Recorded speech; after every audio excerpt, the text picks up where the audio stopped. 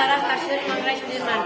Kereta Ajang nomor KA 2473 melalui Manggarai Bukit Duri langsung di antara stasiun Manggarai Sudirman. Rebo tanggal 18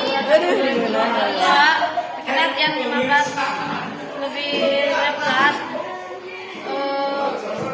Akibatnya sejumlah perjalanan kaganggu.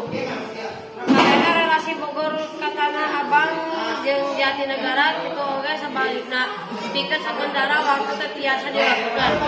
Kereta relasi Bogor jeung Bekasi menuju di Jakarta sebagian ngan ukur bisa dioperasikan tapi Manggarai sareng sebagianna tetep tiasa dilanjutkan perjalanan nepi ka Jakarta kota.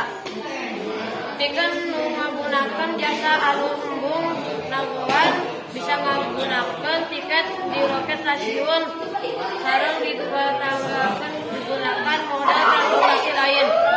Cek Humas PT KCJ Eva Sainisa ngawitan katerangan nu diterima tim reaksi Koran Radar Bogor.